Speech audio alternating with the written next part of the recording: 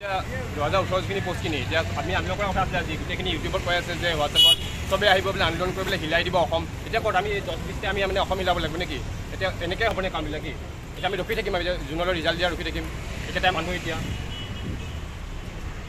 মই এটা বিশেষ কথা কওঁ তাৰমানে ইউটিউবাৰখিনি কৈছোঁ ইউটিউবাৰখিনিতো বহুতখিনি হেৰি কৰি আছে গাইড কৰি আছে কিন্তু আজি এটা ল'ৰা নাই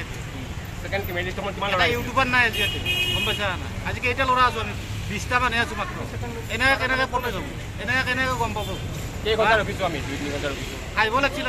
আজি আমি 11টা বজাত আহি কেনে ৰখি আছোঁ এইকেইটাই ল'ৰা এনেকৈ কেনেকৈ হ'ব আপোনালোকে শুই থাক আমি ইয়াতে আমি আন্দোলন কৰি থাকোঁ 20টা মানুহ আন্দোলন কৰিলে কিবা কাম দিব নেকি আমাকে ৰিজাল্ট লাগে আৰু বাকীটো খাব লাগে ৰিজাল্ট এনেকৈতো আমি পিছ পৰি আছোঁ অসমীয়া ল'ৰাবিলাক আমি এনেকৈ পিছ পৰি আছোঁ গম পাইছা 4 বছৰ হ'ল আৰু কেইবছৰ লাগিব লাগে ছেকেণ্ড মেৰিট লিষ্টৰ সময়ত কিমান ল'ৰা আহিলে এতিয়া কেইটা আহিছে লাজ লাগে আমাৰ আছোঁতে ভাল নালাগে